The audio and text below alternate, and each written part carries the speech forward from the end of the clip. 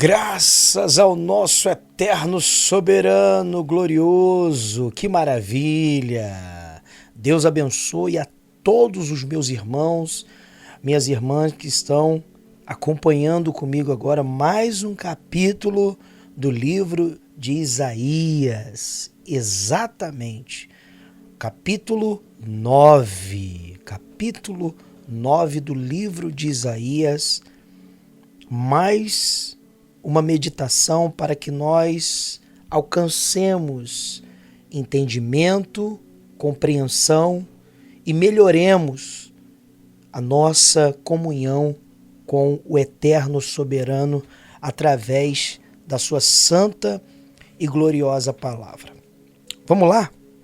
Vamos juntos nesse novo capítulo? Capítulo 9, versículo 1 diz assim: Mas para a terra que estava aflita, não continuará a obscuridade, ou a obscuridade. Deus, nos primeiros tempos, tornou desprezível a terra de Zebulon e a terra de Naftali. Mas, nos últimos, tornará glorioso o caminho do mar, além do Jordão, Galileia dos gentios. Muito bom a gente parar um pouquinho aqui para refletir nesse capítulo 9, no versículo 1, porque aí dá-se início a um entendimento, né? Mas para a terra que estava aflita, não continuará a obscuridade, né? Outra tradução que a gente pode aí ver é a terra que estava aflita. Nós podemos ver e o oprimido não poderá escapar. Olha aí. Então, ele continua dizendo, né? Deus, nos primeiros tempos, tornou desprezível a terra de Zebulon, a terra de Naftali. Essas duas tribos, elas ocupavam um território ao noroeste da Galileia. E elas suportaram um momento muito difícil entre o reinado da Síria e também o reinado daqueles que se juntavam com a Síria. E tudo isso por causa de quê? Se você for dar uma olhadinha lá no livro de 2 Reis, capítulo 15, versículo 27, você vai ver que no ano 50º do rei Azarias, que era rei de Judá, fez o que era mal perante o Senhor. Não se apartou dos pecados de Jeroboão, filho de Nabate, que fez pecar Israel. E a partir daí, essas duas tribos, a tribo de, como nós vemos aí, a tribo de Zebulon e a de Naftali, elas sofreram duramente as invasões da Síria. E no versículo adiante do capítulo 9, mas nos últimos tornará glorioso o caminho do mar, além do Jordão, Galileia dos gentios. Ou seja, a opressão e o desespero, elas se contrapõem nesse versículo com a esperança e a alegria. É. E no finalzinho ele diz, Galileia dos gentios. A gente vê muito isso lá no livro de... nos livros de... ali nos livros do Evangelho, né? Galileia dos gentios. Jesus, ele citava muito o livro de Isaías. Vamos continuar no versículo 2. O povo que andava em trevas viu grande luz. Olha que maravilha. O povo que andava em trevas viu grande luz. E aos que viviam na região da sombra da morte, resplandeceu-lhes a luz. Tens multiplicado este povo, a alegria lhe aumentaste. Alegram-se eles diante de ti, como se alegram na ceifa, e como exultam quando repartem os despojos. No versículo 4 diz, porque tu quebrastes o jugo que pesava sobre eles, a vara que lhes feria os ombros e o cetro do seu opressor, como no dia dos filisteus, ou melhor, dos medianitas. Até o versículo 4 aí, vamos parar um pouquinho para fazer uma reflexão. Muito importante, né? Muito importante para o nosso crescimento espiritual. No versículo 2 ele diz, o povo que andava em trevas viu grande luz. Olha só que maravilha. A luz, ela simboliza a salvação.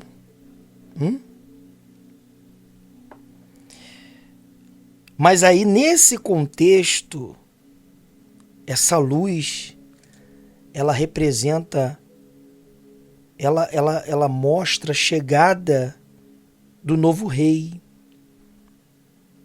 Olha aí. O povo que andava em trevas viu grande luz. E os que viviam na região da sombra da morte, resplandeceu-lhes a luz. Olha que maravilha.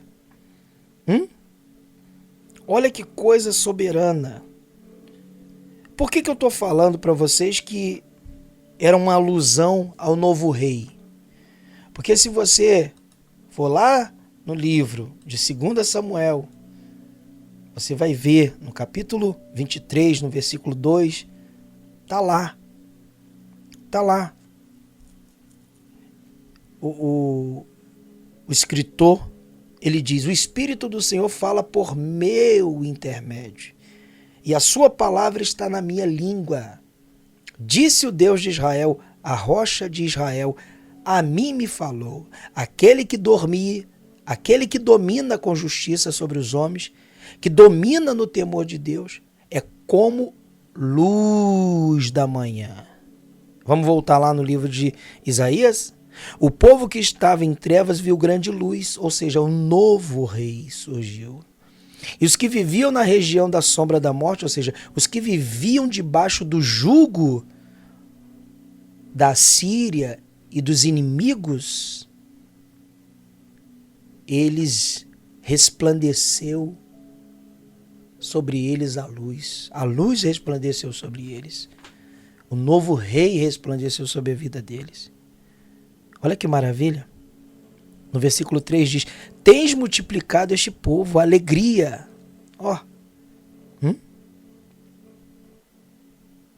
Que alegria é essa? A esperança voltou a reinar no coração deles. E olha que coisa, que versículo maravilhoso.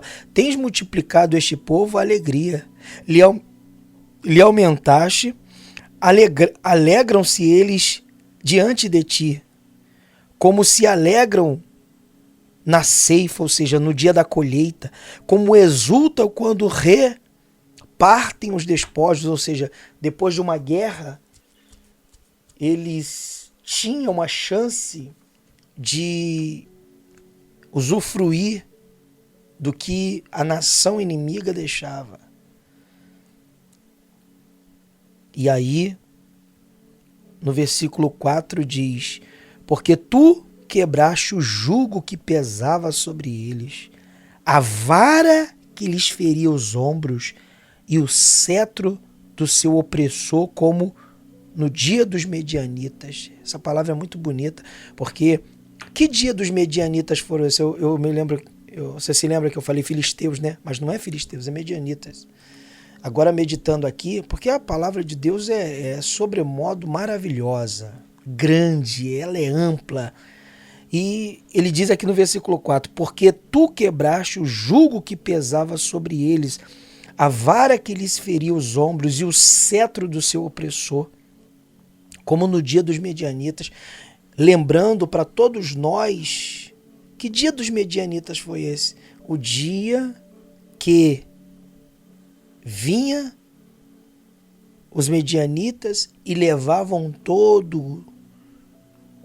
toda a plantação, toda a colheita. E aí se levantou Gideão e mudou aquela história. A história de Israel, através de uma atitude de um homem. Então, o que ele está refletindo aqui? Vai voltar a esperança, vai voltar a alegria, vai voltar a felicidade. Versículo 5 diz: porque toda bota com que anda o guerreiro no tumulto da batalha e toda veste revolvida em sangue serão queimadas, servirão de pasto ao fogo. Olha aí. Aqueles que oprimiam com suas botas, aqueles que manchavam as suas vestes com o sangue dos israelitas, serão queimadas, servirão de pasto de fogo, ou seja, acabou o sofrimento. Por quê? O povo que andava em trevas viu grande luz. Olha só que maravilha. No versículo 7 diz, no versículo 6, porque o menino nos nasceu, olha aí a profecia maravilhosa, porque o menino nos nasceu, um filho nos deu, o governo está sobre os seus ombros, e o seu nome será maravilhoso, conselheiro, Deus forte, Pai da eternidade, príncipe da paz. Que maravilha, hein? Que versículo maravilhoso. Isso aqui é para que a gente venha refletir com mais calma, tá, gente? Muita calma para ler esse livro aqui. No versículo 6, olha só que maravilha. Porque um menino nos nasceu, um filho se nos deu. Olha só que maravilha.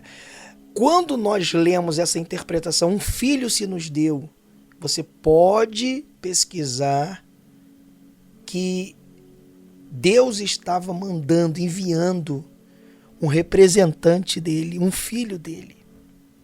Por isso que muitas das vezes você vê na Bíblia dizendo lá, filho do homem, filho do Todo-Poderoso. Maravilha, né? O governo está sobre os seus ombros e o seu nome será maravilhoso, conselheiro, Deus forte, Pai da eternidade, príncipe da paz, para que se aumente o seu governo e venha paz sem fim sobre o trono de Davi, ou seja, sobre a casa de Israel, né?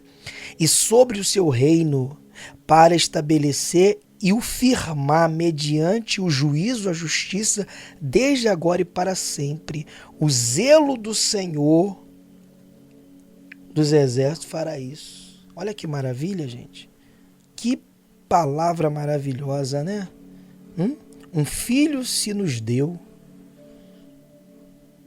Isso era normal quando acontecia, quando se colocava um rei no trono de Judá, ele se tornava filho de Deus. Olha que maravilha, que palavra. Um filho se nos deu por adoção. Que maravilha. Profundo, né? E aí, continua dizendo, para que se aumente o seu governo e venha paz sem fim sobre o trono de Davi e sobre o seu reino, para estabelecer e o firmar mediante juízo e justiça desde agora e para sempre. Olha que maravilha, que palavra, né? O governo sobre os seus ombros. Isso significa que o rei, muitas das vezes você já ouviu, né? Que o manto de Jesus vos envolva, que o manto de Deus vos envolva. Você já ouviu muito falar de manto, né? Manto é uma vestimenta que o rei usa para mostrar o poder, para mostrar sua autoridade. Olha aí, ó. E aqui está dizendo, ó, para que se aumente o seu governo e venha a paz sem fim sobre o trono de Davi. Então, quando você lê isso aqui, ó, e no versículo adiante, ele diz aqui, ó, para que se aumente o seu governo e venha paz no seu trono. Olha que maravilha. No versículo 6, porque o menino nos nasceu, um filho se nos deu, o governo está sobre os seus ombros. Olha aí, ó. O manto que governa, a autoridade sobre Israel está sobre os seus ombros. É muito profundo, gente. É muito profundo. Meditação muito profunda. Muito profunda. O poder de governar foi concedido o Messias, a Cristo, que ia mudar toda a história de Israel e dos gentios que se entregassem para ele, que se entregarem para ele, né? Vamos continuar no versículo 8. O Senhor enviou uma palavra contra Jacó e ela caiu em Israel. Todo o povo saberá, Efraim e os moradores de Samaria, quem em soberba e altivez de coração dizem, os tijolos ruíram por terra, mas tornaremos a edificar com pedra lavrada. Cortaram-se os sicômoros, mas por cedros os substituiremos. Nós observamos aí nessa parte uma interpretação de que toda aquela ruína, todo aquele sofrimento que estava acontecendo, aquilo ia acabar, né? E eles iam dar a volta por cima. Eles iam sair daquele sofrimento. Toda aquela ruína que vieram sobre eles, todo aquele sofrimento que vieram sobre eles iam ser restabelecidos. A paz ia voltar, a alegria ia voltar. No versículo 10 ele diz, os tijolos ruíram por terra, mas tornaremos a edificar, olha aí, por pedras lavradas. Cortaram-se os sicômoros, mas por cedros substituiremos.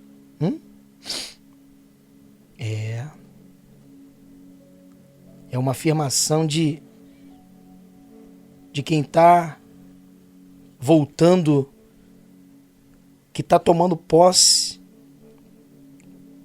que está voltando a estabelecer, a dominar, a estar por cima, né?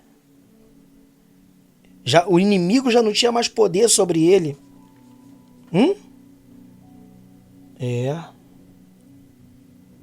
Eles estavam prontos para construir outra cidade melhor da que os inimigos a destruíram.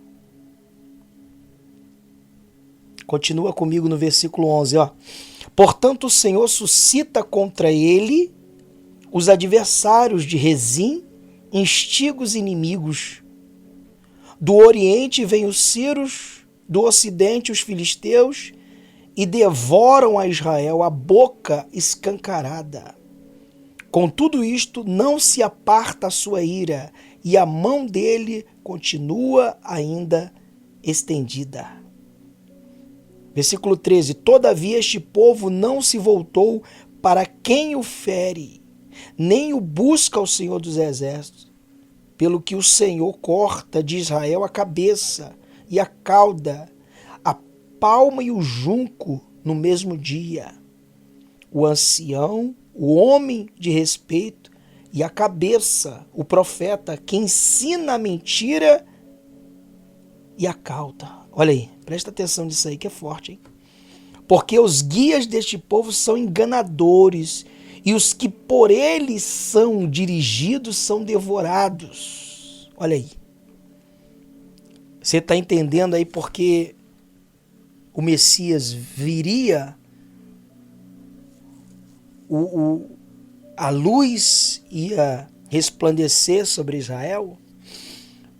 Porque aqueles que eram para guiar, aqueles que eram para dirigir, eles estavam totalmente fora dos padrões e dos projetos.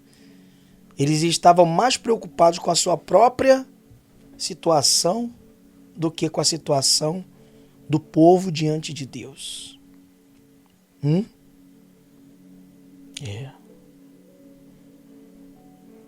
E aí, o profeta Isaías, ele fala no versículo 11, né? O Senhor suscita contra eles adversário de Rezim, ou seja, inimigos terríveis. Olha.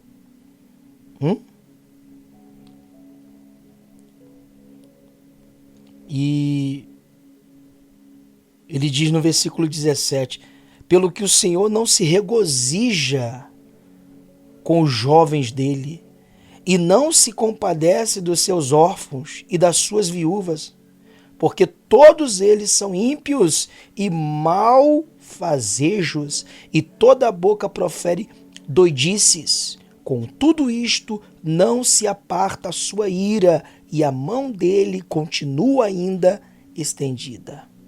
Ou seja, Deus permite que o inimigo esteja no comando. O Senhor não se regozija, o Senhor não se alegra, o Senhor não teve compaixão daquele povo, nem dos jovens, nem dos anciões, nem das viúvas. Por quê? Porque eles todos estavam caminhando a passos largos para aquilo que não agradava a Deus. Infelizmente, hoje, nós temos visto muito isso acontecer, e aí as pessoas, elas ficam confusas. Eu vejo que tem muitas pessoas confusas. Tem muita gente que usa aquela palavra, mas Deus perdoa, meu irmão. Deus perdoa. Mas se a gente não se colocar debaixo da sua palavra, da sua vontade, da sua disciplina espiritual, nós vamos colher o fruto das nossas atitudes. Nós vamos colher o fruto das nossas decisões, das nossas escolhas, independente de quem você seja. Você pode ser pastor, bispo, apóstolo, papa, cardeal. Você pode ter o cabelo branquinho. Você pode ter a idade que for. Você pode ser vó de 50 netos. Se você não estiver bem diante de Deus espiritualmente, todos nós vamos colher o fruto das nossas atitudes. Sejam elas boas ou sejam elas maus. Por isso que é importante, por isso que é necessário nós prestarmos bem atenção no que ele está dizendo aqui, ó. A mão dele continua ainda estendida. Ou seja, Deus permite o sofrimento, a dor. Vamos continuar. Porque a maldade, olha aí, ó, lavra como um fogo. Ela devora os espinheiros e os abrolhos, acende as brenhas do bosque, e estas sobem em espessas nuvens de fumaça. Por causa da ira do Senhor dos Exércitos, a terra está abrasada, E o povo é pasto do fogo. Ninguém poupa o seu irmão. Abocanha à direita e ainda tem fome. Devora à esquerda e não se farta. Cada um come a carne do seu próximo. Manassés ataca Efraim, Efraim ataca Manassés, e ambos juntos atacam a Judá. Olha aí, ó. Contudo, isto não se aparta a sua ira, e a mão dele continua ainda estendida. Ó. Você está ouvindo aí? Olha só como é sério. Olha só como é delicado.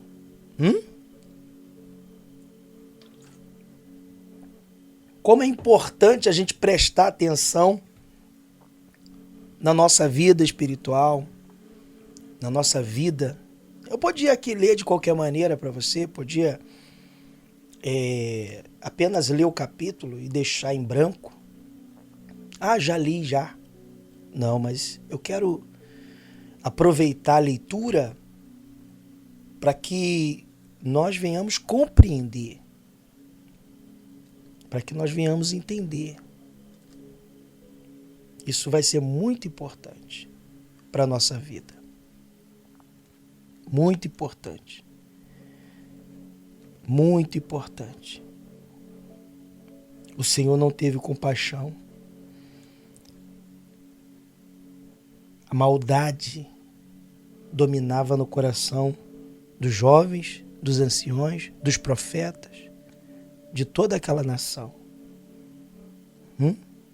Olha que situação. Olha que situação. Meus irmãos, é uma oportunidade para a gente acordar, é uma oportunidade para a gente se colocar diante de Deus. Eu vou ficando por aqui em mais uma meditação do livro de Isaías, no capítulo 9, e a qualquer momento nós retornaremos trazendo mais um capítulo para abençoar a sua vida, tá bom? O mais importante é que hoje o Messias já nos deu e já nos trouxe a luz. Aproveite essa oportunidade. Até uma próxima oportunidade.